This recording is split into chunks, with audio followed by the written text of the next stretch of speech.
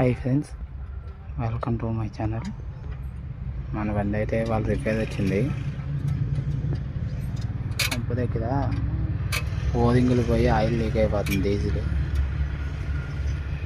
Silencer పగిలిపోయింది. ఇవన్నీ రిపేర్లు పెట్టాను ఇవాళ.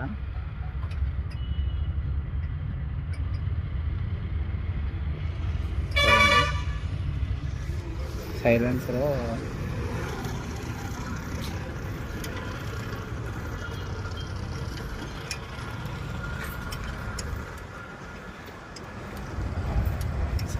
పగిలిపోయింది, జాలి పగిలిపోయింది. టాటా కంపెనీ అయితే 3600 చెప్పారు కొత్తది.